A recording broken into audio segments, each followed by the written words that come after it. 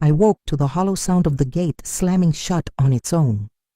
A hollow, metallic click that reverberated in the hallway like a vault door closing without witnesses, and knew, even before I opened my eyes, that something had been ripped from my life during the night, like a tooth pulled without anesthesia, leaving in its place a taste of iron and abandonment. The smell of the house that morning was wrong: stale coffee, a thread of sweet perfume that wasn't mine, the sourness of the damp cloth forgotten in the sink, and beneath it all, the cold breeze coming in through the living room window, as if someone had left an unspoken word wide open on the sill. I walked barefoot across the cold floor, listening to the creak of the wood, and I swear the kitchen clock read a minute slower than yesterday, as if time had been pawned while I slept. It was only when I reached the garage that certainty materialized as a glaring absence. The space where my car stood was a rectangle of cool shade, a tomb without a headstone. The tire tracks still traced a timid arc toward the street, and on the tool shelf someone had left a crumpled receipt with a failing pen crossing out my name as if it were a mistake to be corrected. My fingers trembled as I opened the paper. "Transfer complete," it read at the top, and below it the signature of a hurried dispatcher, a figure that didn't even cover half the memory that car carried, and a handwritten note slanted like a whispered secret: "Pick up at 3:17. The ink was still shiny, wet, and I could hear, from the distance of my own chest, the engine driving away without saying goodbye. "Manuela!" I called, and my name came back to me without an echo, as if the walls had decided to side with silence. My daughter didn't answer, and for a moment I believed it was another one of our cold mornings, the ones where each of us chose a corner of the house to avoid the collision of guilt.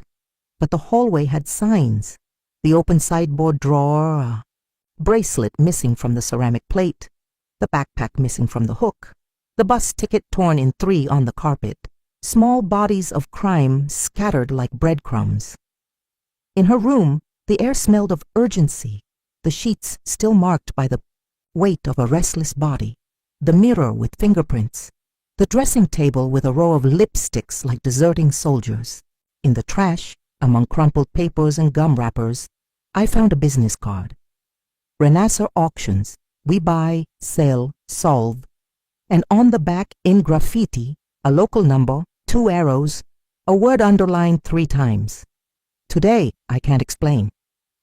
The silence that forms inside a mother when disloyalty walks through the front door wearing the coat of necessity. It's a silence that smells like rain before a storm, weighs on the back of the neck, and makes each heartbeat become a step in a hallway that's too long.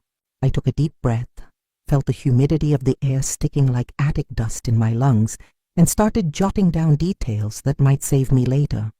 A broken nail on the floor, a strand of hair caught in the door, the last ring of 3:20 a.m. on, the cell phone forgotten on the couch.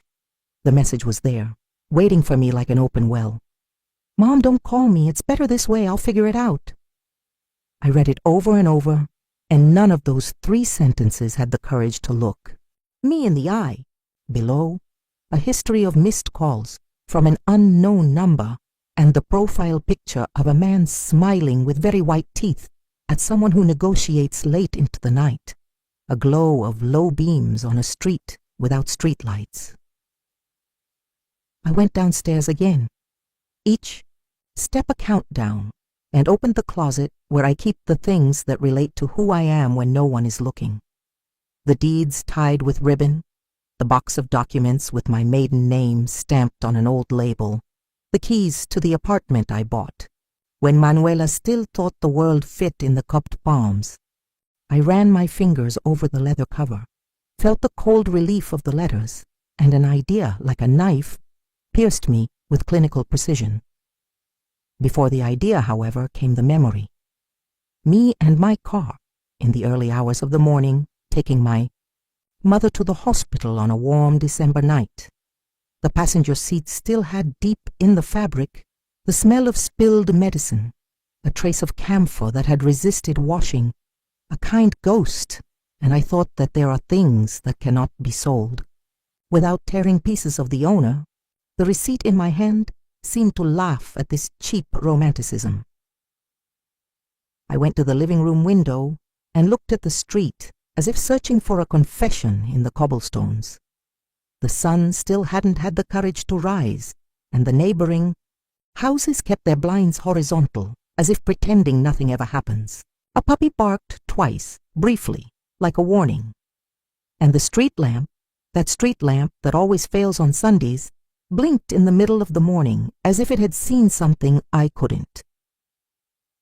On the sideboard, beneath a picture frame where Manuela was 8 years old and had scraped knees, there was a manila envelope sealed with transparent tape, my name written in a childish cautionary note, for Mom when she wakes up. I cut the end with the blade of the scissors, feeling the metal bite, and pulled out a folded letter that began without a greeting, as if affection were a luxury. That didn't fit into the early morning budget. I needed Mom, the first paragraph said, and the need repeated itself like a drip in a sick room.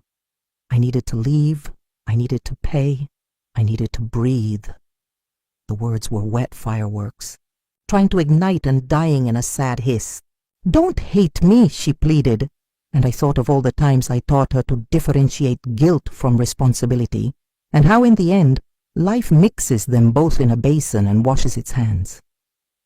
At the end of the letter, and afterward, a scribbled address, Bairro das Docas, Warehouse 7, if things go wrong. The expression hit me like a cold stone in the middle of the forehead. If things go wrong, as if things went wrong were just a possibility, when there I was, barefoot in the living room, already living in a full-blown, settled-in furniture and all. I closed the letter, put the pieces of the envelope back together, and put it in the pocket of my robe, like someone hiding evidence of a crime that hadn't yet occurred. Telephones, when we're gripped by a specific kind of fury, become percussion instruments. I dialed the number on the business card with the precision of a surgeon, and on the other end came a Sunday salesman's voice, syrupy, too cordial. "Renasser Auctions, can I help you?" I said my name, my car's name, the word Dawn, as if she were a witness, and the voice gave a laugh that didn't match the clock. "Oh yes, it's already gone. Everything's fine, ma'am. It was a great deal for the lady." "Great for who?" I asked, and the question went down the phone line with the weight of a chain. On the other end, the salesperson changed his tone, scratched out a hurried "ma'am," and tried to sell me on the idea that things, in the market of necessity, are resolved between adults. I wrote everything down, asked for his full name, CMPJ, number, the store address, and every piece of information he gave me. I repeated, out loud, for the whole house to hear, as if the walls could testify later. I hung up without thanking her, and the house sighed with me. In the bedroom, I put on old pants that felt like armor, a heavy coat despite the heat, tied my hair back with the violence of decision, and before putting on my sneakers, I checked the iron box where I keep papers worth more than many loves. The contract for the apartment in Manuela's name, the one I bought, so she would have a place to fall on her feet if the world decided to pull the rug out from under her. I ran the pad of my thumb over her signature and felt, under the ink, my own hand. In the mirror at the entrance, I saw a woman I've known since I first saw her in a hospital window. Eyes sunken like artesian wells, a sharp mouth, 2 new wrinkles, anchored at the corners, and I thought, today is the day I become something I've always feared. The mother who turns justice into a metalworks, who dismantles and rebuilds doors, who changes the locks of destiny. I swallowed hard, and the word revenge appeared on my palate with the taste of a bitter medicine that cures without kindness. On the way to the street, I picked up the spare keys to Manuela's apartment, keys that live in a little blue tin box with swallows on them, and along with them in a smaller envelope, the power of attorney she gave me last year to resolve some condominium bureaucracy. I never returned it, I confess. I kept it like someone keeps matches in a wooden house, knowing that one day I might need to strike it. When I opened the gate, a breath of warm air embraced me, smelling of old gasoline and wet soil from irrigation. The neighbors were watering their flower beds early, as always. And for a second, I felt like I was back in the driver's seat, left, hand on the steering wheel, radio low, the world obeying the turn of the key. But the garage was an empty altar, and I left on foot, with the steps of someone treading on uncertainties like glass shells. I wasn't going after the car. The car was already passed, glued with spit.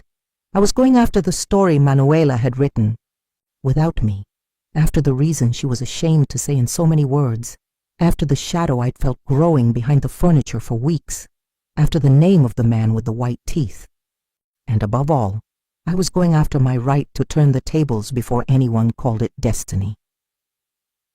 It was on the corner of our street, next to the wall where the paint peels in the shapes of imaginary maps, that my phone vibrated with a hidden number.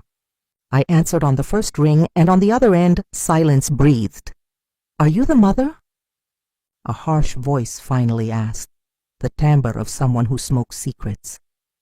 "I am," I answered, and my "I am" came out with a calmness about to break.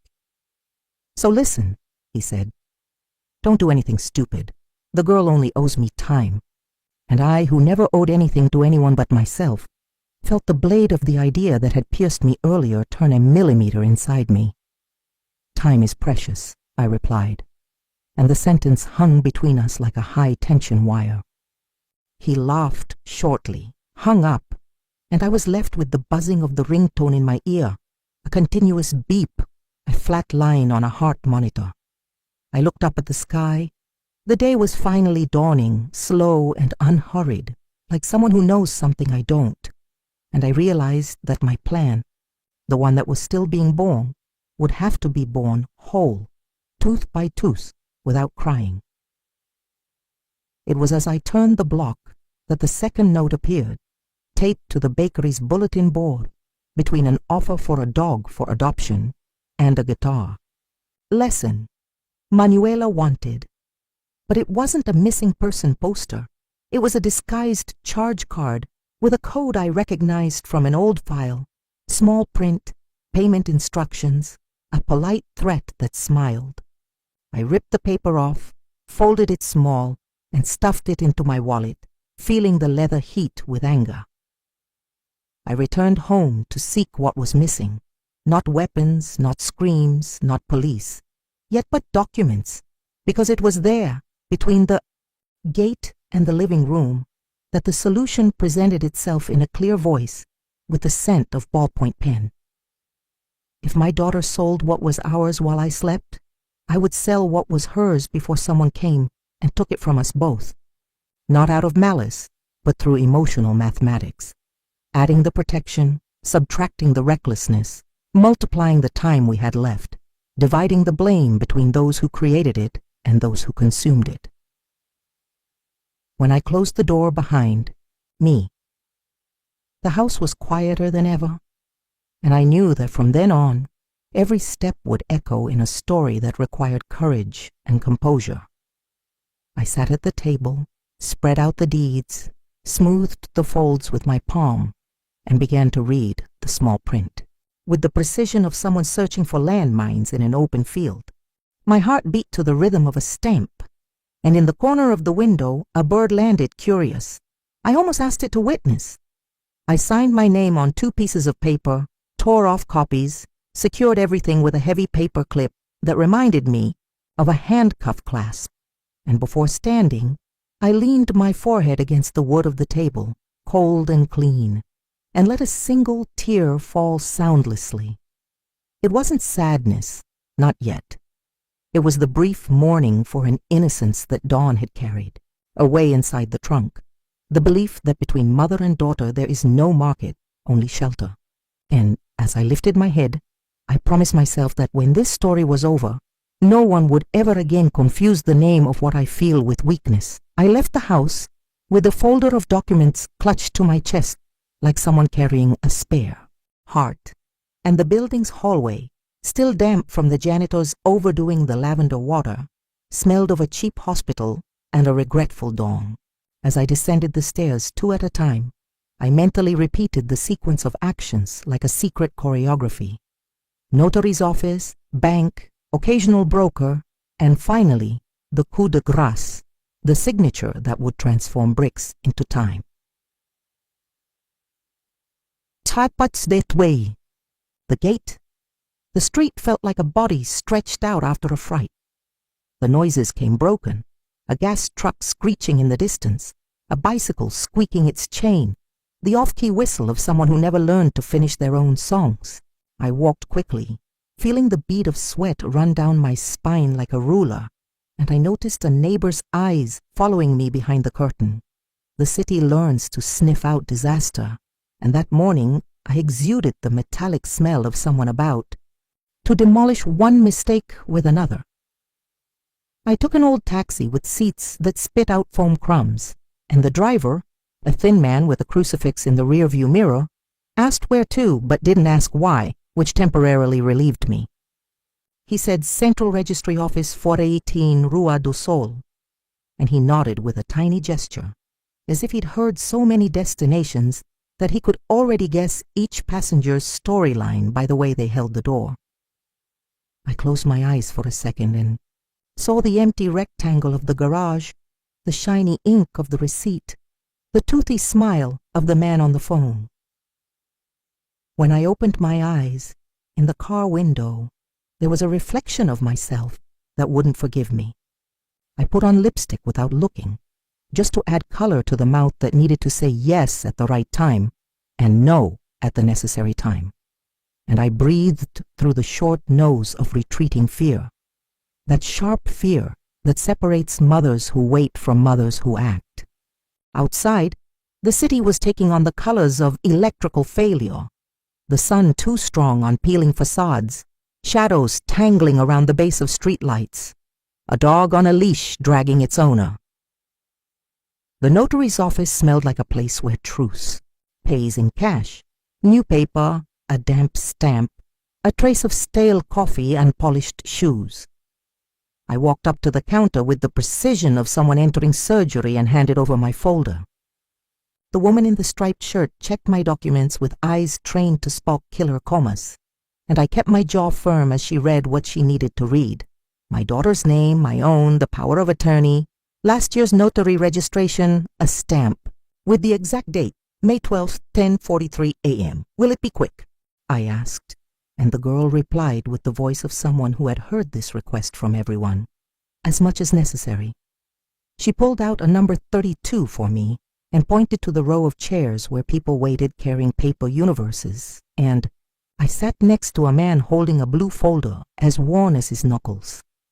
We stayed there for a time that learned to stretch, and each time a stamp sounded, I felt as if it were a step toward what I would become.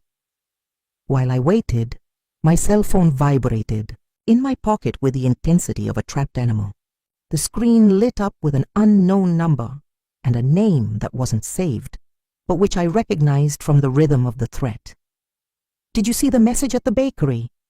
The message said, without introduction. "Time is running out," it added, and below it a pixelated symbol of a squeeze, a random key, a value with 3 more zeros than Manuela would ever have seen. I read it, set my jaw, and didn't reply, because hungry messages feed on responses. 32, the speaker called, and I stood up straight, as if my chair were on springs. At the table in the back, a broad-shouldered man was waiting for me with doubtful eyes, and the pen on the glass had the shine of a scalpel. I sat down, explained the need, the urgency, showed him the power of attorney, the documents, and he read them without haste, testing the limits of legality like someone feeling the corners of a safe, and at the end he said, "It is possible, madam, but are you sure of the effect?" "I'm sure of the path," I replied, and he sighed in a way that almost wished me luck. I'll need notarization from you and your daughter, but look, the power of attorney covers it. It's still in effect, without revocation, and you have the titles in hand," he said, adjusting his glasses. He stamped, stapled, asked for signatures on triplicate, explained deadlines that I cut short with a "today," and the words fees, endorsement, and transfer became steps I climbed without looking down. I left the notary's office with my briefcase, heavier and my heart lighter in a strange way, like someone putting stones in their pocket to keep them from flying away. The sun was already beating down on the asphalt in sheets of heat, and ordinary life continued unpunished by my drama, with people buying bread, a woman arguing on the phone, a boy kicking a bottle cap as if it were a ball. I walked to the bank as if the ground had promised me it wouldn't give way, and I pushed the revolving door with the violence of someone opening a safe. At the bank, the air conditioning smelled of cleaning vinegar and counted money. I sat in another line, answered another call, spoke to a manager who made a point of calling all the women in his life "my dear," and explained that I needed liquidity, speed, and coolness. He tried to sell me a product, a promise, a plastic security. I cut him off in the first paragraph with an "it's now," and he understood the grammar of expensive desperation, typing with skinny fingers, clicking his tongue, approving limits I'd never asked for before. In the middle of the technical explanation, another message. Warehouse 7, 3:00 p.m. The same hidden number, the same typed voice, as if someone had a stopwatch glued to the back of my neck. I responded with a single word, "listen," and nothing more, because I decided that if there was a game going on here, I would impose the rule of silence until the noise was worth it. The manager handed me papers, asked for my signature, and I wrote my name with a firmness that surprised me, a handwriting that crossed out without apology. On the sidewalk, the heat rose like a dog in my lap, and the smell of gasoline brought to mind the image of my car, the seat still holding an anchor coin in the rail, the glove compartment with the folded manual, the blanket for emergency nights, and I felt a pang in my diaphragm, a physiological warning that nostalgia is a luxury, that in the midst of a domestic war costs too much. I adjusted the strap of my bag, tied my hair back, and went after the shortcut that would take me to the brokers who keep the market moving without opening a shop. The occasional broker worked on the second floor of a building where lights flickered like tired eyes. The room smelled of embarrassed cigarettes, the kind smoked with the window open in desperation. He was a man in a light-colored shirt with rolled-up sleeves, and he greeted me with a "What's on today?" That sounded like a password. I placed the folder on the table, opened the guts of the business, and said I needed to transform my daughter's apartment into a bridge, not a destination. He looked at the papers, the signatures, the still damp stamps, and smiled sideways. Not a mocking smile, but the smile of a mechanic who's just lifted the hood and realizes that, yes, it's possible to drive to the shop. I can get a substantial down payment with a promissory purchase and sale agreement and assignment of rights, 15 minutes with the lawyer, and we'll be on our way. But you have to understand, it's going to hurt, he said, with the honesty that sometimes comes with unlikely professions. I nodded, and he called 2 or 3 names from his address book that sounded like nicknames. While we waited for answers, he served me a coffee that tasted of plastic and hope. My hands were shaking less, but my stomach maintained that bubbling swim of a pan forgotten on the stove. I thought about Manuela at 8 years old, about her scraped knee the first time she lost her house key, and I, instead of arguing, sat with her on the stairs and explained what shared responsibility was, the difference between making a mistake and letting the mistake live with us. Now, the mistake had made its own room. The broker's phone screeched on the desk like a wounded animal, and he answered with the professionalism of someone playing tennis with grenades. He spoke softly, nodded, smiled at me toothlessly, and when he hung up, announced, I have a fund willing to invest now for 70% of the value, with reverse fiduciary transfer and a 90-day buyback clause. Tough, but fair. Can you handle it? I can handle it, I replied, and felt inside the click of a piece falling into place. We signed, initialed, scanned, and the lawyer, a small man with the eyes of a watchful rat, came in, read the most cutting clauses aloud, and asked me 3 times if I was sure. The 3rd time, I responded with my daughter's full name, first and last, like someone banging a gavel. The pens sang in unison, and when the money dropped a round, cold number on my app screen, I felt the house inside change temperature, as if someone had finally closed a window that had been rattling incessantly. Before getting up, the broker offered me some advice that smelled like a veteran. If you're going into a warehouse today, go without jewelry, without any signature perfume, and carry a name that isn't yours on the tip of your tongue. People who do business in the wee hours of the morning recognize weaknesses by smell. I nodded my thanks, put away my briefcase, and noticed a forgotten object in my pocket. The spare key to Manuela's apartment, cold as a suit of cards I hadn't used yet. I let it touch my skin as a reminder. I had more than one plan. I went back out onto the street, and the sky, which looked like a cracked ceramic plate, threatened rain, those downpours that wash away more dust than guilt. I bought a bottle of warm water, drank it like someone making a promise, and sat on a park bench to reorganize my schedule.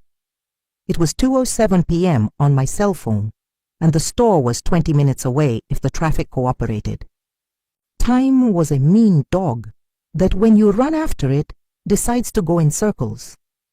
As I watched a pigeon trying to steal a crumb from a distracted boy, the unknown number called again. I answered with my tongue stuck to the roof of my mouth, and the voice, thick as gravel, entered without asking permission. If you're late, it'll be complicated. The girl doesn't like to wait. The word girl said like that, neutral, cold, without the nickname I use at home, got through me.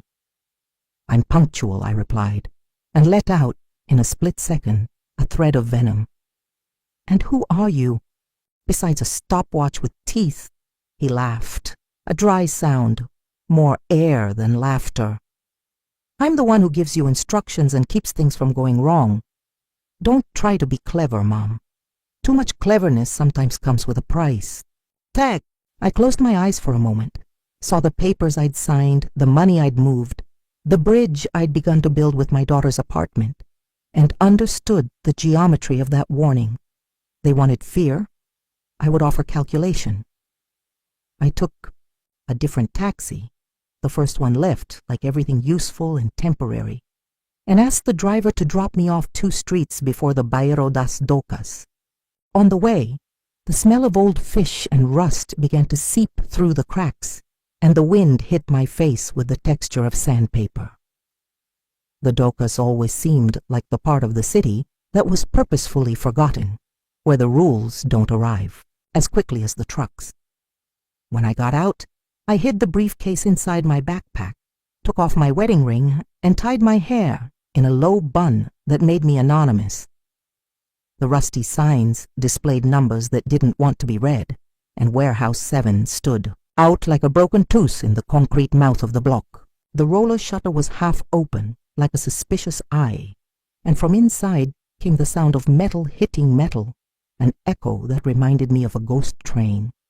I walked to the shadow of the entrance, and a man, not the one with the white teeth in. The photo, but another with tattoos that climbed up his neck like poison ivy, measured me from head to toe and said, "You're on time. Point for you, ma'am." I looked around, like someone assessing a minefield, and noticed 3 details I'd stored in different places on my body. The smell of new gasoline, which indicated recent traffic, the beam of light shining through the cracks, revealing dust, particles that danced like lies, and the shadow of someone on the mezzanine, motionless, observing, someone watching the city with the patience of someone slowly counting money. I took one step, then another, feeling the ground stick to my soles as if asking me for one last chance to give up. "I don't usually come to strangers' invitations," I said, my voice lower than I intended but still clear. The tattooed man smiled with a small mouth and replied, "But he usually comes when his daughter sells the wrong car." The phrase hit me in a specific place in my chest, the place where the pride we wear like armor resides. "I came because I know how to negotiate," I corrected, staring at the shadow of the mezzanine, and the tattooed man tilted his chin, as if recognizing a piece that won't drop at the first move. It was then that the shadow on the mezzanine moved slow, calculated, and descended the steps like a judge in a hurry. When the face appeared, the gleam of the teeth in the profile picture confirmed the déjà vu. It was him, a polished smile, and the calm of someone who learned to speak before feeling. "Mother," he said, opening his arms in a false gesture of welcome. "Thank you for coming. It's always so much better when things are resolved between civilized people." And in that moment I realized that the word civilized there was a knife with a velvet handle. "Let's talk about time," he proposed, pointing to a metal table where someone had spread out papers, printed photos, interest calculations, and a wall clock with no second hand, stopped at a minute that sounded like laughter. I sat down, placed my backpack at my feet, and rested my hands on the table like two sentinels. He continued, "Your daughter needs 72 hours of peace. I need a guarantee, and you need an agreement that allows you to sleep at least one night next week." And it was then, with my heart racing and my brain racing, that I tested the blade of my idea in the air. "I brought a guarantee," I replied, crossing my fingers as if I were intertwining electrical wires. "Not in the format you expect, but in the one you respect. Immediate cash with a schedule. And, if necessary, a document that changes the direction of the wind forever. The promise to sell and transfer the apartment in her name with a buyback clause already activated. In simple terms, if you hurt my daughter, I will finalize the sale. If you give me 72 hours without laying a finger, I will buy back in 90, and no one needs to know we were sitting at this table." He looked at me like someone who finds a knife in a box of chocolates and doesn't know whether to laugh or call someone. Over, the tip of his smile diminished a millimeter, enough for me to understand that the moral mathematics I had brought to the table had tickled the right layer. The silence that fell was the kind you hear in operating rooms when the team holds its breath. And I, with the feigned serenity of someone crossing a river with alligators, waited for the first no to open my yes envelope. The man with the white teeth leaned over the table, and the reflection from the hanging lamp made his skin shine as if coated with a film of oil. His eyes, however, were two clear, unblinking stones, evaluating every word I had just said. He drummed his fingers slowly, as if each beat were an invisible timer counting how much time I had left before this negotiation turned into a threat. "An apartment is a heavy asset," he said, and the word "wait" came out drawn out, full of intention, as if it were a chain around my ankle. "But what interests me isn't bricks or deeds. What interests me is the confidence that when I collect again, you won't disappear." The sentence came with the metallic smell of someone who has missed deadlines and recovered her money in dark alleys. I took a deep breath and replied that, unlike my daughter, I didn't disappear. I stayed until the end, even when the end didn't suit me. He smiled, showing his teeth once more, and shook his head slowly as if recognizing an unexpected adversary. Behind him, the shadow on the mezzanine moved and revealed itself to be a woman, thin, with her hair tied in a high bun and sunglasses even in the dim light. She lit a cigarette, and the sweet, acrid smell spread through the air, mingling with the oil and dust. I realized that he wasn't the only one in charge here. There were more eyes, more mouths, more hands ready to intervene. I placed my envelope on the table, pushing it slowly like someone offering a scalpel to a doctor. Inside was the signed, notarized sales promise, with the buyback clause already registered. His fingers calmly reached out to grab the paper, but before opening it, he blurted out a sentence that pierced me like a needle. "You know that sometimes buybacks don't happen. Life likes to cancel options." "I know," I said, and my own voice felt firm, almost cold, though inside an acidic heat burned in my stomach. "But I also know that if you lift a finger on her, I'll finalize the sale before sunrise, and then you'll have a property and legal dispute with all the spotlights you hate." There was a brief silence, and for the first time, I realized that this game wasn't just about money, but about visibility. They were working in the shadows, and I was offering light as currency. The woman in the mezzanine gave a short laugh, exhaling smoke through her nose, and commented, "She understands more than she lets on, Henrique." Then, for the first time, I heard his name, Enrique, a name all too common for a man who seemed to prefer the nickname Predator. He didn't like being exposed. I could tell by the twitch at the corner of his mouth, but he covered it with another more restrained laugh. "So it's like this, 72 hours. No delays, no drama.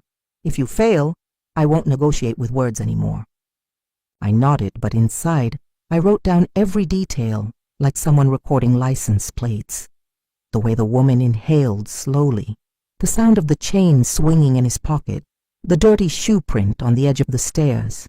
These were clues I might need later, when the metal table was replaced by a courtroom or a dawn without witnesses. I kept the emptiness of that room in my eyes because I knew that stories like this never end with just one encounter. He returned the envelope to me after signing. A makeshift receipt, handwritten on crumpled paper. It was a flimsy guarantee, but enough for me to leave that afternoon with something more than threats. I put the receipt back in the folder, along with the original documents, and realized that my hands were no longer shaking. They were steady, almost heavy, as if they had absorbed the lead of the decisions I had made since dawn. When I stood up, Enrique inclined his head and said, "You're different from your daughter. The daughter runs, the mother builds, but know that building can also be too slow for those in a hurry." I didn't answer, just stared at him for a few seconds that felt like ages. Then I walked to the roller shutter, feeling the woman from the mezzanine's gaze boring into the back of my neck, and the street wind hit me like a bucket of salt water, reminding me that the world outside still turned. Outside, the smell of rotting fish from the docks mingled with the diesel oil from the trucks, and I walked quickly, trying not to look back. But with each step, I felt like someone was following me. I turned 2 corners, crossed a narrow street, and only then did I stop to breathe. I leaned against the peeling brick wall and felt my heartbeat echoing like war drums inside my chest. I picked up my cell phone, and for the first time that day, I thought about calling the police. But when my finger almost touched the number, I remembered Manuela's letter, the "Don't call me," the "It's better this way." I realized that if I called the authorities now, she would be the first to be crushed, used as an example, as a message. I put the cell phone back and decided that, as much as it hurt, I was still alone on that battlefield. I walked to a small cafe, hidden on a corner with a torn awning, and ordered a double espresso. The bitter taste exploded in my mouth like gunpowder, and it was there, in that sip, that I decided I needed to turn logic against them. If Enrique wanted time as currency, I would offer not only time, but the illusion that I had more than I actually did. It was a game of mirrors, and I would have to learn to be both reflection and shadow. I grabbed a napkin and began to write. Down, like someone writing a forbidden recipe. Deadlines, dates, amounts, possible names of lawyers who owed me favors, old contacts I never wanted to use. Each word on the napkin was a rope I was throwing out of the well where I was trapped. As I wrote, my hands became stained with blurry blue ink, and I realized that I myself was becoming the contract that no one could tear. When I left the cafe, the afternoon was already turning into night, and the city was changing its skin. The shadows were growing longer, the streetlights were beginning to fail, and the horns were becoming longer, more aggressive. I took an old bus that creaked like a tired animal and sat by the window, observing the faces around me. I realized that everyone was carrying something invisible, debts, secrets, fears, and I wondered if anyone there could imagine that. On a nearby street, a mother had just used her own blood as currency. The bus dropped me off 2 blocks from home, and I walked slowly because I didn't want anyone to associate my haste with the smell of documents in my bag. When I opened the gate, the metallic creak seemed louder than ever, as if it were shouting that I had crossed an invisible line and that there was no turning back. I entered, closed it behind me, and took a deep breath, feeling the air in the room thick as the smoke from an extinguished candle. At the table, I spread out the papers once more and stared at my own signature, repeated across several pages, each line a fresh scar, and for a moment I thought about what would happen if Manuela discovered what I had done. I imagined her face, first surprised, then furious, and finally perhaps understanding, but that last part was only a wish, not a guarantee. The night was advancing and I knew I wouldn't sleep. I went to her room, sat on the still unmade bed, and smelled the sweet scent impregnated in the pillow. I ran my fingers over the bedspread as if caressing a memory, and promised myself that even if she never forgave me, I would do everything to keep her alive. Mothers, after all, were not made to be loved always, but to endure even when they are hated. In the silence of the early morning, a final message arrived. Good move, but remember, every check has a due date. H. The period after the initials sounded like a threat, as if he'd already decided that no matter what I did, I'd still be charged. I tucked my phone under my pillow and closed my eyes, listening to the distant blare of a siren, and thought, the war has already begun, and now my every move will taste of blood. I woke to the insistent sound of a drop falling into the kitchen sink, a metallic drip that sounded more like a mocking clock, reminding me with every second that I was living on loan. The night had passed like a silent marathon, and my eyes, burning, stung as if they had been washed with sand. I got out of bed without knowing if my body was obeying me, or the fear that now controlled me. On the desk, the documents were still scattered, and the receipt Henry had scrawled seemed to smile at me like an inside joke.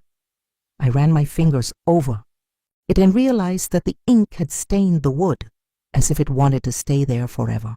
I took a deep breath and thought that my office was no longer mine. It was a war office, and I was the only general available. I picked up my cell phone and hesitated at the contact information of an old lawyer, someone who owed me favors from a time when I still believed the law was enough. But then I remembered Manuela's face and how she'd asked me not to call, and I put the phone back. It was as if each call could become a sentence, and I no longer had room for sentences, only for strategies. The smell of burnt coffee invaded the kitchen as I tried to prepare something to keep my body going. I drank it anyway, swallowing the bitterness like someone swallowing poison in small doses, believing it would make me immune. Outside the window, the city was waking up slowly with lazy horns and neighbors opening curtains, but to me it was as if everyone was spying on me, waiting for my next mistake. On the living room floor, I noticed something that hadn't been there before, a thin envelope, slipped under the door during the night. I knelt to pick it up and felt the stiffness of the thick, almost official paper. Inside was just a sheet of printed letters, unsigned. You move fast. Keep it up, and maybe your daughter will keep breathing. H. I folded the paper, and for a moment I wanted to tear it, but I put it away with the others because even a threat is proof. I turned on the old radio in the kitchen, not to hear the news, but to fill the silence. Some random song started playing, but to me it sounded like the soundtrack to a movie I didn't want to be starring in. I sat at the table and drew up a plan on paper. I needed to find out why Manuela had sold the car, who exactly was behind Enrique, and whether the apartment was now a weapon or a trap. I decided to start with her letter, the one I had left in the brown envelope. I reread each line calmly, trying to find some clue among the words that I hadn't noticed before. And then I noticed the address for Warehouse 7 was written with a different pen than the rest of the letter, the ink darker, as if someone had added that part later. A chill ran down my spine at the thought that Manuela hadn't written it alone. The idea that she might be being used, manipulated, grew on me like a shadow, and anger began to replace fear. If Enrique had forced my daughter to sell my car, or if someone had put words in her mouth, then the game wasn't just debt. It was control. It was psychological dominance. And against that, I would have to be colder than I had ever been. I picked up the phone and dialed the number on the business card I'd found in her room, the one for Les Loins Renasser. A female voice answered this time, too sweet to be real. "Good morning, Les Loins Renasser. How can I help you?" I gave a false name, saying I'd heard about their efficiency and wanted to sell something quickly. On the other end, there was silence for 3 seconds, and then the voice replied, "You can bring it in today. Our team will evaluate it immediately." I asked for the name of the person in charge, and the voice answered without hesitation, "Enrique, our main evaluator." My heart sank, but I held my tone. "Perfect, I'll be in touch." I hung up, and for a few seconds I stared into space, understanding that Enrique wasn't just a debt collector or a middleman. He was infiltrated in businesses that had fronts, addresses, and landlines. He was much bigger than I imagined. As I was thinking, I heard a noise at the gate. Footsteps, light, almost dancing. I looked out the window and saw a red envelope left on the doorframe. I ran downstairs and opened it, finding only a printed photo, Manuela sitting on a park bench, her gaze lost, a cigarette between the fingers she never learned to hold. Behind her, someone out of focus, probably the photographer. I turned the photo over and there was only a handwritten sentence. "She is not alone." I felt my whole body tremble, and my hands almost dropped the photo. It wasn't just a memory, it was surveillance, proof that she was surrounded. I swallowed the tears rising in my throat and silently promised that no one would turn her into a puppet before my eyes. It was war, and I was beginning to accept the price of being in the field. Went back inside and opened my briefcase. I took out a copy of the apartment deed, and on impulse wrote on the back a sentence that came to me like an order. "It's not about the car, it's about the daughter." I folded it and put it away with the photos, as if it were my own mantra, a warning not to forget what really mattered amidst that maze of debt, blackmail, and threats. I decided I needed to follow the trail. I got the address of Les Loins Renasser and marked it on the map, calculating the distance. It was far, but possible. At the same time, I thought that perhaps it wouldn't be wise to show up so early without more information. I took a deep breath and concluded that first I should investigate the Berro das Docas again, but this time without an invitation and without warning. I spent the rest of the morning preparing a sort of makeshift kit. A small flashlight, my father's old pocket knife, a notepad, and cash. It seemed crazy, but at that point, prudence was no longer enough. I needed to arm myself with whatever I could, even if it was ridiculous. I looked in the mirror and saw not an ordinary woman, but someone about to enter hostile territory. Before I left, I received another message on my cell phone, short and to the point. "Today 8 p.m., same place. Don't miss it." The threat was mixed with the order, and I knew refusing wasn't an option. But this time, I wouldn't go as a mere desperate mother. I would go as someone who already had something at stake and something to offer. As the clock ticked toward dusk, each minute felt like a sharpening knife. The sky turned red and gray, and I felt the night hold the promise of revelations and risks. I packed my backpack, closed the front door with a knot in my stomach, and thought, if this story were a diary, today's page would be written in blood and smoke. And when the first star appeared in the dark sky, I walked towards the unknown, knowing that each step took me deeper into a well that I myself had decided to descend into, but with the certainty that deep down lay the key to saving my daughter, even if it cost everything that remained of me. Night fell like a heavy cloak, and every shadow in the city seemed to move with a life of its own. I walked toward the dock district with controlled steps, my backpack feeling heavier than it should. The wind coming from the river carried the smell of rust, dead fish, and gasoline, as if the air itself were complicit in dirty dealings. I looked at the clock. It was 15 minutes to 8 p.m., and every second seemed to hammer inside my head. Warehouse 7 was the same as before. The roller, shutter half raised, the light inside flickering like an old bulb about to burst. But something was different. 2 cars parked alongside, black, tinted windows, engines still warm. I ran my hand over my coat, making sure my pocket knife was in my pocket, not as a weapon, but as a reminder that I wasn't completely naked in this predatory territory. As I approached, the same tattooed man from before emerged from the shadows, cigarette lit, his gaze assessing my every detail, as if measuring me in numbers. "Punctual again," he said, exhaling slowly. "Enrique likes that." I didn't answer, just walked to the entrance and felt the ground shake slightly. Maybe it was just my body, or maybe it was the weight of the engines purring outside.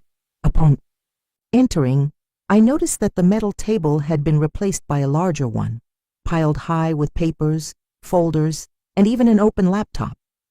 There were more people now. 3 men leaning against the walls, arms crossed, and the woman from the mezzanine, once again upstairs, calmly puffing on another cigarette. The room smelled of sweat, dust, and pent-up tension, as if the room were a cage. Enrique appeared a few seconds later, descending the stairs with his usual calm, impeccable smile, and the same glint in his eye that blended courtesy and menace. "Good evening, Mother," he said, as if hosting a dinner party. "Did you come prepared to talk or to negotiate?" I kept my gaze fixed on him and replied, "To survive, and to ensure my daughter survives too." He clapped his hands slowly as if applauding a play, and then sat down at the table, making room for me to approach. I carefully pulled out the chair, the metal scraping against the floor with a sharp sound that cut through the air. I sat down, placed my backpack beside my feet, and crossed my arms, hiding the tremor that insisted on creeping up my shoulders. "So let's get straight to the point," Enrique said, running his fingers through the papers.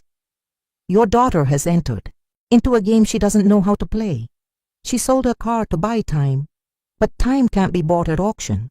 What she owes can't be resolved with 4 wheels, and you know it." I looked at him firmly and replied, "I know. That's why I'm not here to discuss cars. I'm here to discuss debt and guarantees." He tilted his head, intrigued, and signaled for one of the men leaning against the wall to bring something. The man returned with a black folder and placed it on the table. Enrique slowly opened it and revealed several printed photos. Manuela, in different places, in the square, in front of a building I didn't recognize, talking on the phone on a dark corner. Each photo was a stab in the face, proof that she was being watched at all times. "She doesn't know she's being watched," Enrique said, smiling as if he'd told a joke. "And it's best if it stays that way, because when someone knows they're being watched, their behavior changes, and I'd rather she remain natural, unaware of the strings pulling her." I clenched my fists under the table, but kept my face impassive. If you touch her, I'll drop the apartment papers in public, and you know you don't like the spotlight. Enrique paused for a few seconds, staring at me with the look of someone measuring the value of a life. Then he leaned back in his chair and gave a short laugh. You have more courage than most people who pass through this room. But courage without calculation is suicide. So tell me, Mother, what is your proposal? I slowly opened my backpack and pulled out a folder containing copies of the apartment's sales agreement, along with bank receipts showing the advance payment I'd already received. I spread them out on the table like playing cards and said, You want a guarantee? Here it is. Her property is already in the process of being sold. If anything happens, I'll finalize it, and you'll have a costly and visible legal problem. In exchange, I want 3 days. Just that. 72 hours without touching her. The silence that followed was thick, as if the room had been doused in oil. Even the men leaning against the walls seemed to hold their breath. The woman in the mezzanine exhaled a cloud of smoke and said, She's offering more than her daughter did. Maybe it's worth listening. Enrique remained motionless, staring at me, and then began tapping his fingers again, like a metronome of tension. After several long seconds, he leaned forward and spoke softly, almost whispering. 3 days, and in 3 days, I want results. If there aren't any, there's no point in selling any property. I'll get what's left by other means. Is that clear? I nodded slowly, knowing each word was a sentence etched in stone. Of course, I replied, in the firmest voice I could muster. He closed the black folder containing the photos and pushed it back to the man who brought it.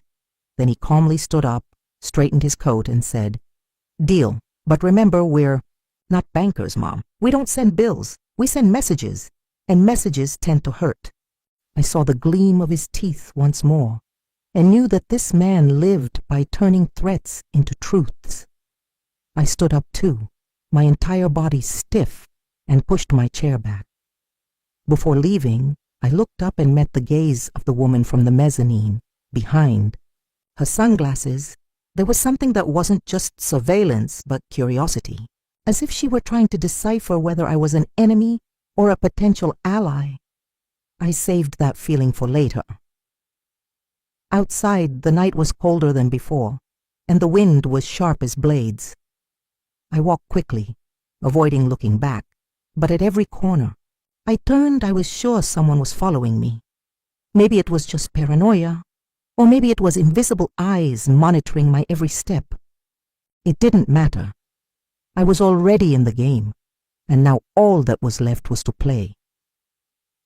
When I got home, I threw my backpack on the couch and sat at the table, staring at the scattered documents. The sentence I had written on the back of the deed echoed again. It's not about the car. It's about the daughter. I closed my eyes and let that sentence be the anchor that held me, because without it, I would already be sinking. I took out my cell phone and opened the photo they had left in the red envelope again. Manuela, distracted, cigarette in hand. I touched my finger to her face and silently promised, You don't know it yet, daughter, but I'm selling what's yours to buy what's ours, time. And in that instant, I realized there was no going back, only an increasingly dark road that I would have to cross on my own 2 feet. The early hours of the next morning arrived without me having closed my eyes. Each time my eyelids grew heavy, I saw Manuela's face surrounded by the flashes of the photos Enrique had shown me, as if each click were an invisible shackle holding my daughter. I got up from the chair where I had fallen asleep, my body aching, and went straight to the window. The street seemed quiet, but the silence carried a weight that betrayed hidden spies. I made a strong coffee, but it went down my stomach like acid, bringing no relief. I sat at the table with the documents spread out again, and realized I couldn't spend those 72 hours just waiting. I needed to turn every minute into a weapon, and to do that, I needed to understand where the debt that had dragged Manuela into this abyss came from. I grabbed my phone and started reviewing the latest messages she had on the device left on the couch. Most were trivial, conversations with friends, brief reminders from college, but among them was a deleted sequence, retrieved from the notification history. "Confirmed delivery today. Don't be late. You promised me." No identified numbers, just profiles without photos, and all with the same demanding tone. It didn't seem like a normal debt, much less a financial loan. There was a hint of a cursed agreement, something that mixed illegality and broken promise. I slammed my phone shut, and the first hypothesis pierced me like a knife. Drugs. But I immediately dismissed it because I knew my daughter. It wasn't the kind of addiction that would take her so far. So what could it be? I decided I needed to track down the places where she had been photographed. I picked the first photo, the one of the square, and recognized a blue bench with graffiti that I had seen before in Praça da Estação. I stuffed the photo in my bag and left the house, covering my face with a scarf, as if it were possible to erase my identity with a piece of fabric. The square was almost empty when I arrived, just a few men playing cards in silence, and a street vendor setting up his pastel stall. I sat on the same bench where Manuela appeared in the photo, and the cold of the metal passed through my body. I closed my eyes and tried to reconstruct the scene. Her there, cigarette in hand, someone watching from afar, camera hidden. The detail that escaped me was the presence of the blurred man behind her. I got up and walked to the exact spot where he was in the photo, and noticed a corner bar with dirty walls and the smell of stale beer. I walked in, ignoring the heavy stares of the few customers, and went straight to the counter. I ordered a coffee, and while the bartender was making it, I struck up a casual conversation. "That bench in the square is always full, isn't it? I saw a girl smoking there the other day." He looked me up and down, as if gauging intentions, and replied, "Everyone smokes here, ma'am, but if you're talking about the girl with the backpack, she came right over." My heart raced, and I forced myself to be natural. "It's my daughter," I was worried. "Do you know who she was hanging out with?" He wiped the counter slowly, as if he liked to prolong the tension, and replied, "She was hanging out with a guy in a cheap suit with a well-cut haircut. He didn't seem like he was from around here, but the girl seemed nervous whenever he came around." I nodded, left the money on the counter, and left before he could ask any more questions. Now I had a clue. A man in a cheap suit. He didn't fit in with Henrique or the tattooed thugs. He was another link, someone who served as a bridge between my daughter and the real scheme. As I walked home, the streets seemed to close into cobblestone corridors, and I felt the entire city whispering Manuela's name. At home, I laid out all the pieces on the table, the photos, the deleted messages, the operator's account. I realized that at some point she had made a deal with this man in the suit, and when he couldn't follow through, he pushed her toward Henrique and his network. The car had been just the first sacrifice, but it wouldn't be the last. They wanted more, always more. I decided I needed to find this guy. I started calling her friends, making excuses. "I need to talk to Manu. Did she mention someone new helping her?" Most responded with vague phrases, but one of them hesitantly blurted out, "Yes, she did mention a guy named Augusto. She said he was trustworthy, that he'd solve a problem quickly." After that, she never mentioned him again. I wrote down the name like it was a prize.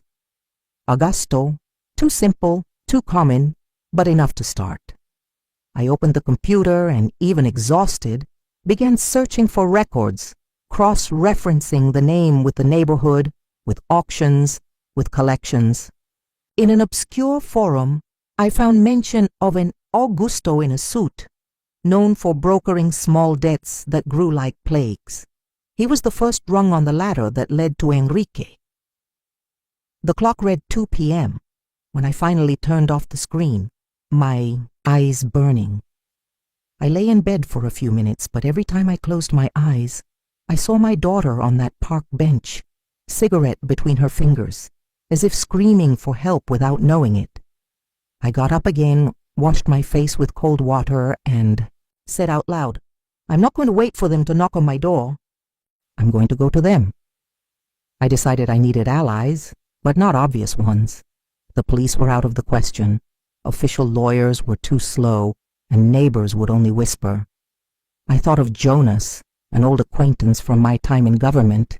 He'd fallen from grace because of corruption, but still knew the city's underbelly well.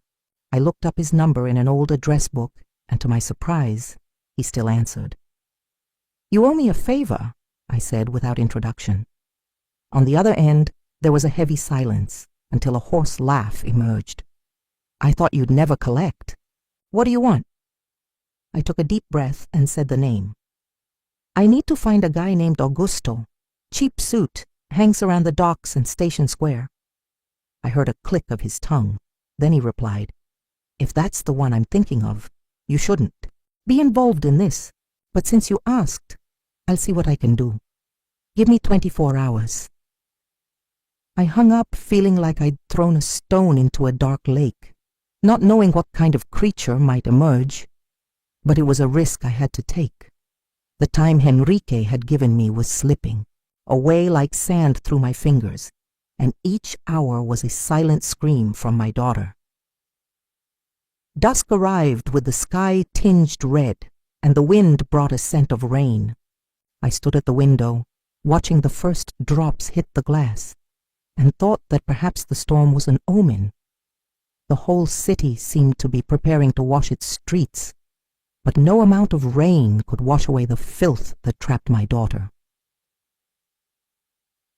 As the drops thickened, a note slipped under the door again. This time it was a small piece of paper, written hastily by hand. "Don't trust Jonas. M." My legs trembled, for I recognized my daughter's handwriting, though shaky. Someone had forced her to write, or someone had let her send that message. Either way, now the doubt was greater than the clue. I held the note tightly and pressed my back against the wood of the door, as if I could feel its warmth on the other side. I closed my eyes and whispered, "I'll get you out of there, even if I have to sell the whole world in exchange." But when I opened my eyes, the room was dark, and I realized that the storm outside was nothing compared to what was about to erupt inside. The storm rumbled all night, and I sat at the table, staring at the note they'd slipped under the door, as if it were a sentence. Manuela's writing was shaky but unmistakable, and the phrase, "Don't trust Jonas," burned in my eyes like a slow fire. It wasn't just a warning, it was a trap, or a desperate attempt to keep me away from someone. Who could help me? And the doubt weighed so heavily that my hands trembled just thinking about dialing his number again. Dawn arrived with the smell of wet earth invading the room, and the gray light seemed to refuse to truly illuminate. I opened the window and saw the silent street, with puddles reflecting the cloudy sky, and I had the uncomfortable feeling that someone was watching me from inside a car parked on the corner. I closed the curtains immediately, but it was too late. The paranoia had entered with me and would not leave.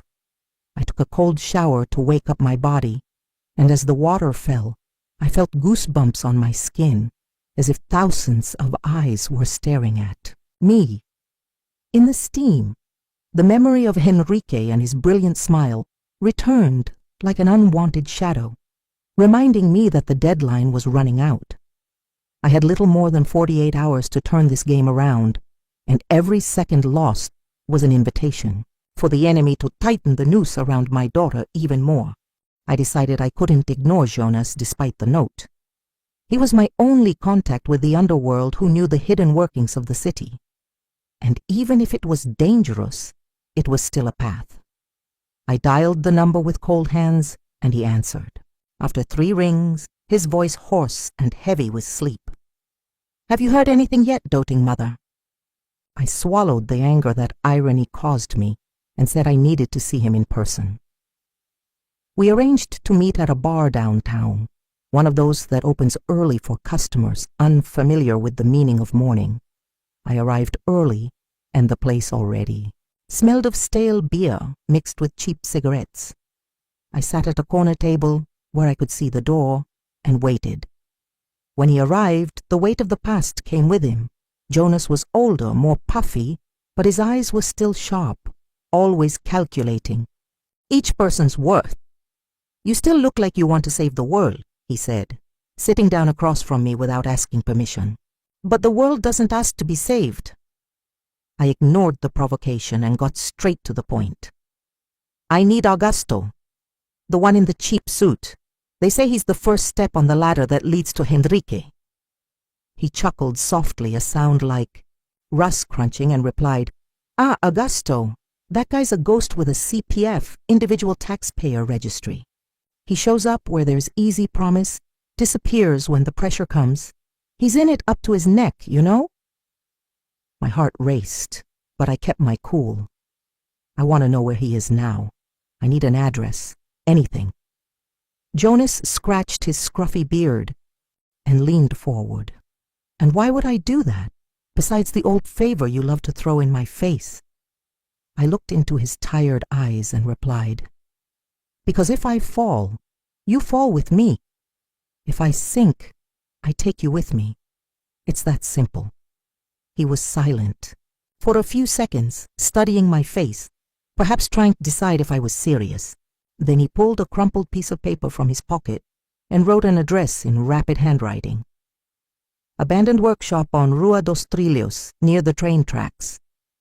He usually hides there when the water is up to his neck. But be careful. Desperate. People bite harder." I took the paper without thanking him, folded it, and put it inside my bra, like a weapon. Before standing, Jonas grabbed my arm with unexpected strength. "I know you think you can win this game, but remember, anyone who messes with people like Henrique doesn't come back unscathed. And your daughter is already marked. Maybe the best thing you can do is accept the loss and survive."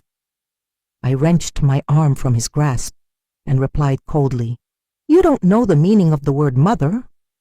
I left, leaving the smell of alcohol and defeat behind. Rua dos Trilhos seemed forgotten by the rest of the city. A corridor of graffiti-covered buildings, the ground covered in debris, and the distant sound of a train that never arrived. I walked with cautious steps, feeling the invisible, eyes following me from the broken windows. The abandoned workshop was exactly as described. Rusty gate, cracked walls, and a fallen sign that still bore the name of a company that had closed years ago. I pushed open the rusty door and entered. The smell of old grease mixed with mold filled my nostrils, and the floor creaked beneath my feet. I looked around, trying to adjust my eyes to the dim light, and then I heard a sound of falling metal coming from the back. I advanced slowly, pocket knife in hand, my heart beating like a war drum inside my chest. In the corner, sitting on an iron chair, was a thin man with a wrinkled suit, a crooked tie, and deep circles under his eyes. He smoked a cigarette with trembling hands and seemed to carry the weight of someone who had given up hiding. It was Augusto, without a doubt. He looked at me as if he already knew who I was and said hoarsely, "You're the mother. I've been waiting for you." The words cut me like blades because they confirmed that nothing was coincidental.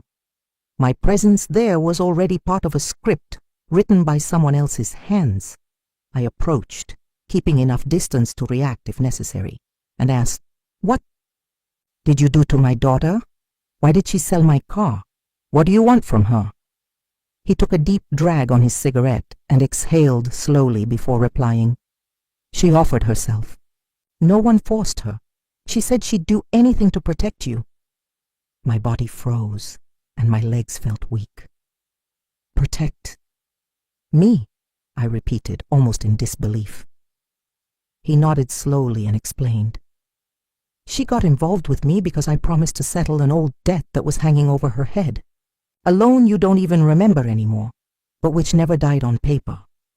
Enrique picked up the trail and turned it into a chain. She believed she could save you. The ground seemed to shift beneath my feet, as if all the weight I had carried up to that point had shifted direction. It wasn't her debtor, it was me.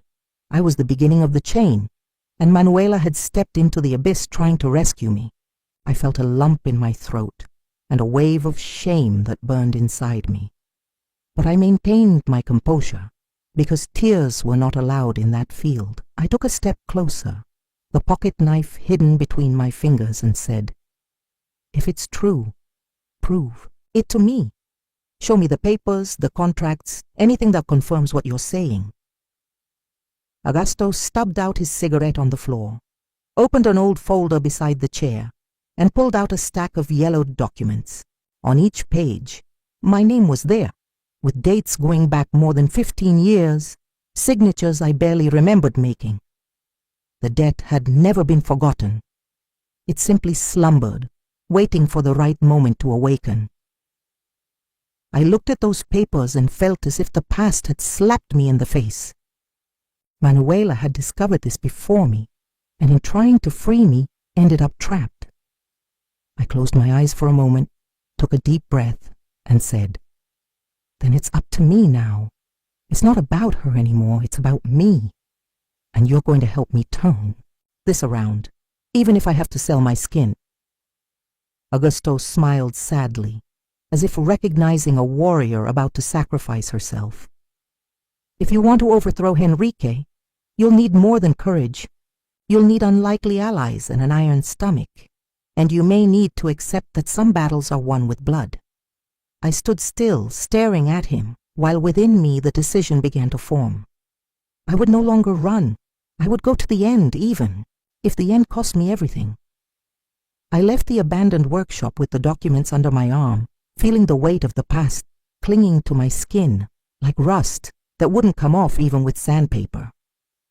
Augusto stayed behind, dragging on another cigarette, promising to meet me the next day with more information. But deep down, I knew that promise was as fragile as the yellowed paper I carried. Still, it was the only thread connecting me to the truth, and I couldn't let go.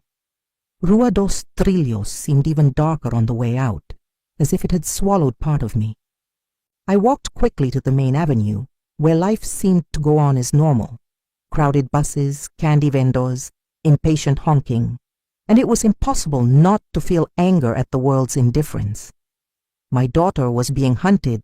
I was sinking into debt I didn't even remember getting into, and the city just kept breathing as if nothing were wrong. On the bus home, I sat by the window, but I didn't see the landscape. My mind was busy piecing together the information Augusto had dumped on me.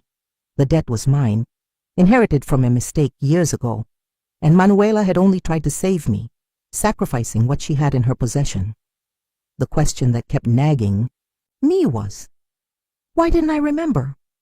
Why did that signature seem so distant, as if it had been written by someone else?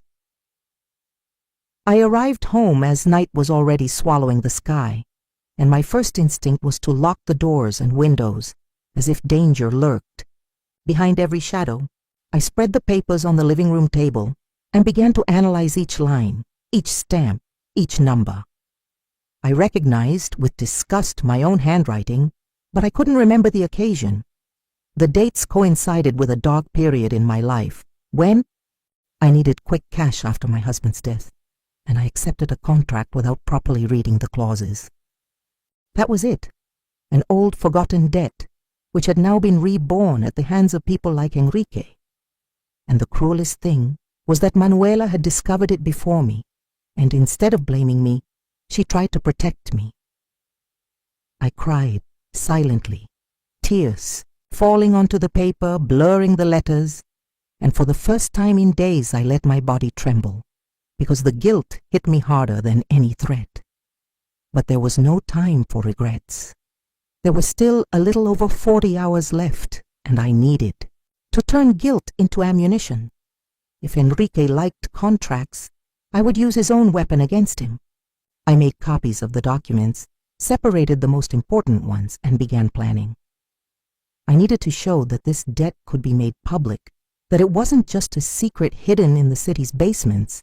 If I revealed it, I would bring him exposure he couldn't control. I thought about old contacts, journalists who still owed favors, people who always sought scandal. I could send anonymous dossiers, spread documents, use the truth as a bombshell. But for that, I needed solid evidence, and Augusto was the key. I called him at the number written in the folder, and his tired voice replied, "We shouldn't talk on the phone. Tomorrow at noon, same workshop, and come alone." The call ended without room for a reply, and I stared at the phone, knowing he was setting the pace now. I tried to sleep, but sleep came broken, full of distorted images. Enrique smiling in the dark, Manuela chained in a square, Jonas laughing while I drowned in papers. I woke up sweaty, with my heart racing, and went straight to the kitchen to make another strong coffee. The clock read 5 in the morning, and I was already ready for another day of war, even though my body was begging for a truce.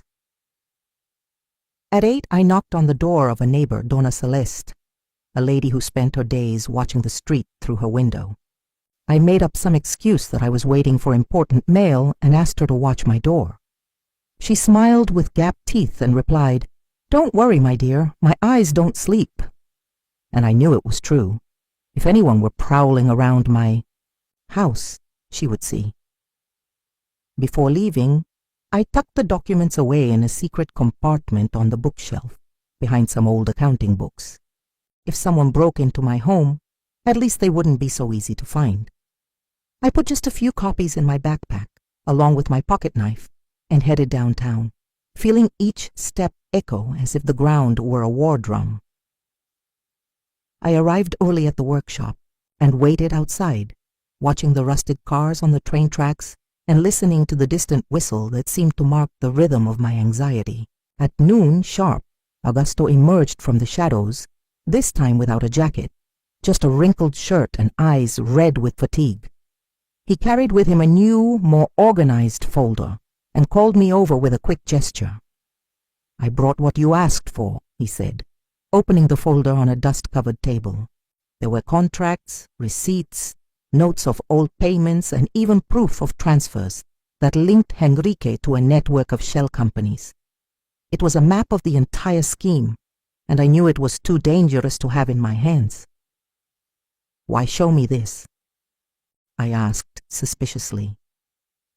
He lit another cigarette and replied, "Because I've already lost. But you can still win." I grabbed the papers with trembling hands, but before I could put them away, a noise echoed from the workshop entrance. Firm footsteps, deep voices, the metallic sound of weapons being readied. I looked at Augusto, who widened his eyes and whispered, "They shouldn't be here." There was no time to think, only to act. I stuffed the papers into my backpack and ran to the back, my heart pounding. The narrow corridor smelled of mold and old oil, and each step made the floor creak like a betrayal. Behind me, voices shouted orders, and the sound of boots echoed closer and closer. Augusto was running beside me, but he tripped on a piece of iron and fell.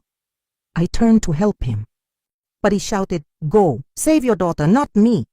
I hesitated for a second, but I knew that if I stopped, we would both lose them. I ran to a side door that led to the tracks and pushed it open with all my might.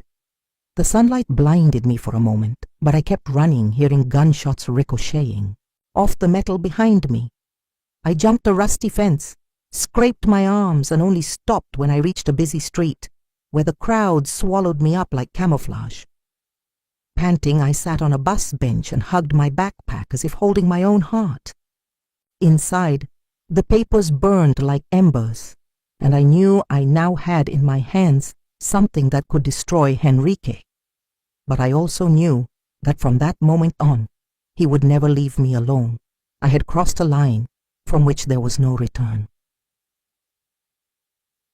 Back. Home. I locked all the doors and sat on the floor, scattering the papers around me. It was a circle of evidence, a war altar, and I was in the center, praying that time would still be on my side. I caressed the photo of Manuela I still kept in my pocket and murmured, "Just wait a little longer, daughter. I found the knife. Now I just need to learn how to use it." At that moment, my phone vibrated with a new message from Henrique. "I don't like surprises. Last chance, 24 hours. After that, there's no point crying over dead bodies." I closed my eyes and took a deep breath, because there was no longer room for fear, only for the revenge that was rising within me like a sweet poison. The last 24 hours began with the weight of a sentence branded on my skin. When I read Henrique's message saying 24 hours, I felt as if an invisible timer had been implanted in my chest, each heartbeat functioning like a cruel tick-tock. I closed my cell phone, but the warning remained engraved in my mind, as if written with a hot iron, and from then on, every minute would be a preparation for war. I spread the papers out on the table again, as if consulting an oracle. Each line, each stamp, each signature seemed to whisper to me that the time for hiding was over. There was no point in simply negotiating. I had in my hands the chance to turn fear into a knife. If Henrique feared exposure, I would use his own filth as a weapon, even if it cost me the last drop of anonymity. I thought of the investigative journalism contacts I'd met years ago, men and women accustomed to dealing with dirty politicians and corrupt businessmen.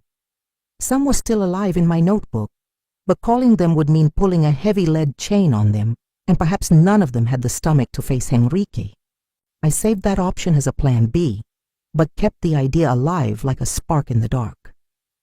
I spent the morning rummaging through every corner of the house, searching for more clues left by Manuela. At the bottom of her drawer, I found a black-covered notebook full of scribbles, unfinished drawings, and loose phrases. Among them, one struck me hard. "No matter what happens, I'll keep Mom out of this." I clutched the notebook to my chest, tears threatening to escape, and swore that even if it was late, I wouldn't let this sacrifice be in vain.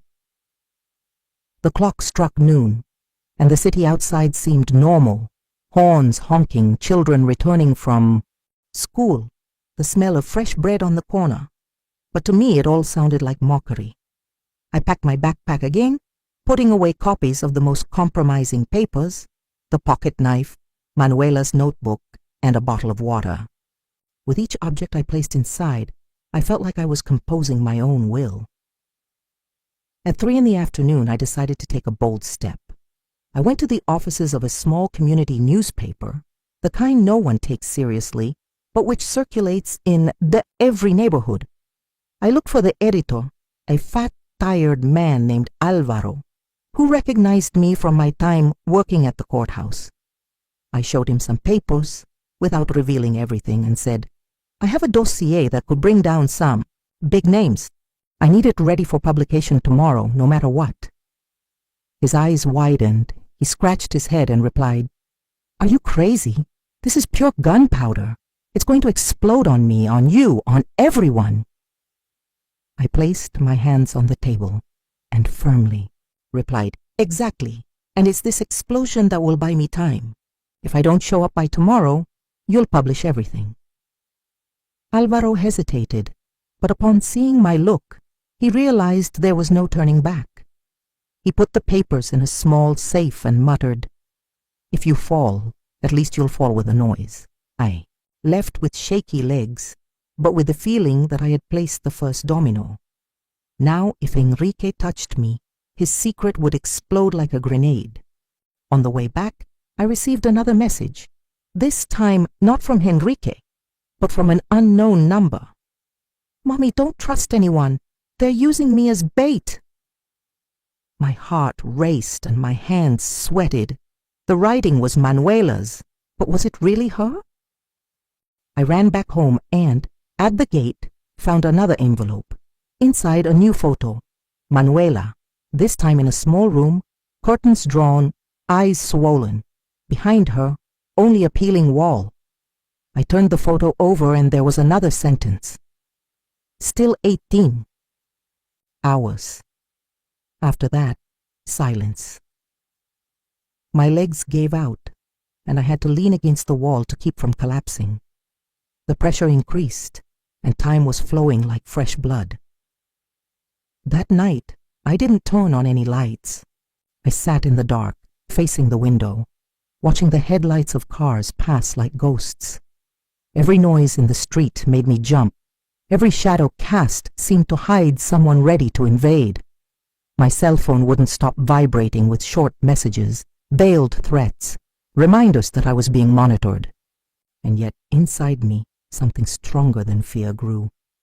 Rage. Around midnight, I made a decision. I would meet Henrique ahead of schedule, as a surprise, showing him that he wasn't the one making the rules. If I waited until the last minute, I would be lost. I needed to turn the tables before he had time to prepare the final blow. I wrote a quick note to myself, almost like a ritual. Walking into hell with my head held high is better than waiting for him to come get me. I put the note inside Manuela's notebook, closed my backpack, and took a deep breath. Every cell in my body screamed that it was madness, but I knew I had no other choice. At 2 a.m, I took a taxi and asked for a drop-off 2 blocks from Bairro das Docas. The driver looked at me strangely, but didn't ask any questions. He just turned on the radio and let me sink into my own silence. I walked to Warehouse 7, my heart racing, my breath shallow. The door was closed, but light leaked through the cracks, indicating movement inside. I heard muffled voices, short laughs, and the metallic clang of someone fumbling with weapons. I pressed my ear to the cold metal and heard Henrique say, "Tomorrow at 8, we'll hand over the girl. Her mother is already in the bag. There's no way out." My blood boiled in my veins, and for a moment I considered breaking down the door. But I knew it would be suicide. I backed away slowly, swallowing my anger, and ran back to the avenue, where cars were still driving. I needed to think fast. I needed to use the information to my advantage. Now I knew Manuela would be delivered in less than 10 hours, and that was the real deadline, not the one he had given me. I returned home with my feet burning and my head boiling. I sat at the table and began to write a short letter to Alvaro. "Publish it at 7, don't wait for me." I put it in an envelope, and before the sun rose, slipped it under the newspaper's door. Now there was no turning back. Either I would save my daughter before 8, or everything would explode at once. Dawn brought with it the sound of distant sirens and the smell of smoke in the air, as if the city sensed something was about to happen. I sat in the living room, backpack on my lap, and thought about every detail. Enrique's fury, Manuela's sadness, the betrayal of my own past, and I realized that in a few hours, all paths would converge at a single point, and from it would come only life or death. As the clock struck 6 in the morning, I closed my eyes for a moment and asked God for forgiveness, not for being about to sin, but for having taken so long to act. When I opened them again, the decision had already been made. I would go to the final encounter prepared to bleed, but also to cut. And deep in my heart, I felt that Manuela already knew that her mother did not back down from anyone. I took the keys, looked one last time at the silent house, and said in a low voice, "If I don't come back, at least let someone find the papers." Then I left, leaving behind not only walls and furniture, but the woman I had been until that day. Now, only the mother who had sold her soul to save her daughter remained. The sun hadn't yet fully risen when I reached the dock district again. The air was heavy with the smell of rust and rotten sea air, and each step echoed as if it were being reported to the abandoned walls. I walked slowly to Warehouse 7, and for the first time, I realized I no longer felt fear. What burned inside me was something different, a mixture of fury and resignation, like someone walking to the scaffold, knowing they will fight until their last breath. In front of the warehouse, 2 armed men stood guard, but they were distracted, smoking and laughing at some dirty joke. I took a deep breath, lowered my head, and walked around the side, using the stacked containers for cover. My hands were shaking, but not from fear. They were shaking with the certainty that if I failed now, I would lose Manuela forever. Every second was a rare coin, and I couldn't waste any. I found a broken side window and slipped inside, the glass cracking softly under my feet. The smell of cigarettes, sweat, and burnt oil hit me like a punch, and I heard voices echoing from below. I hid behind a stack of boxes and peeked out. Enrique was sitting at the same metal table, surrounded by men and the woman from the mezzanine, who was smoking as usual, her gaze hidden behind her sunglasses. And there, in the corner, she was. Manuela sitting in a chair, her hands tied, her eyes red from crying. My heart almost tore out of my chest at the sight of her, but I held back the urge to run to her. I knew that any hasty movement could be the end. I had to swallow the pain like someone swallowing ground glass. Silent, but with my throat torn. Open inside. Today the delivery is certain, I heard Enrique say, clapping slowly. Mother has already danced to my tune, and now it's just a matter of cutting the ropes. Everyone laughed except the woman on the mezzanine, who remained motionless, watching. Her indifference was more frightening than the laughter of the others, as if she were expecting something beyond what was happening there. My instinct was to pull the papers from my backpack, but I forced myself to wait. I took a deep breath, gathered every ounce of courage, and stepped out from behind the boxes, my backpack pressed to my chest. You're not going to cut any ropes, Enrique, he said loudly, and silence fell over the warehouse as if a bomb had exploded. Everyone looked at me in surprise, and I saw Manuela's eyes widen, a mixture of hope and fear. Enrique smiled as always, showing those white teeth that looked like razors. He stood slowly and opened his arms, as if welcoming. A distinguished guest. I knew you would come. I always knew, but I expected you to have more sense than courage. I kept my gaze fixed and replied, Sense is what brought me here. You will not touch her again. Not today, not ever. I opened my backpack and tossed a stack of papers onto the table. Contracts, receipts, transfers. Enrique flipped through them, quickly, his expression changing for a brief second before his smile returned. I see Augusto said too much, I replied firmly. He said enough. These papers aren't just mine anymore. They're with people out there, ready to blow up in your face if I don't get out of here with them. A murmur began among the men. Glances exchanged, signs of discomfort. Enrique raised his hand to silence them, but I sensed the fissure, the fear of exposure. I took another step forward and said, You live in the shadows, Enrique, but now I have brought the light. If I disappear, you disappear with me, only in public, and everyone will see what you truly are. He laughed loudly, but it sounded forced, broken. He leaned closer to me and whispered so close I could feel his cold breath. You don't know who you're kidding. I replied in the same tone, Neither do you. You're kidding a mother. And at that moment, the woman from the mezzanine came down the stairs for the first time, slowly, her heels dragging on the iron. She removed her sunglasses, revealing cold, calculating eyes.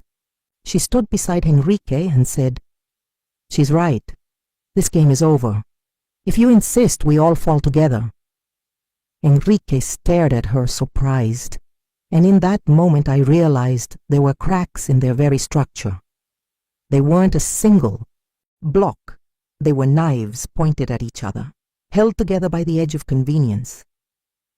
I seized the moment and shouted, Manuela, now! I ran to her, pulling my pocket knife from my pocket, and cut the ropes binding her hands. The men advanced, but the woman raised her hand, ordering them to stop.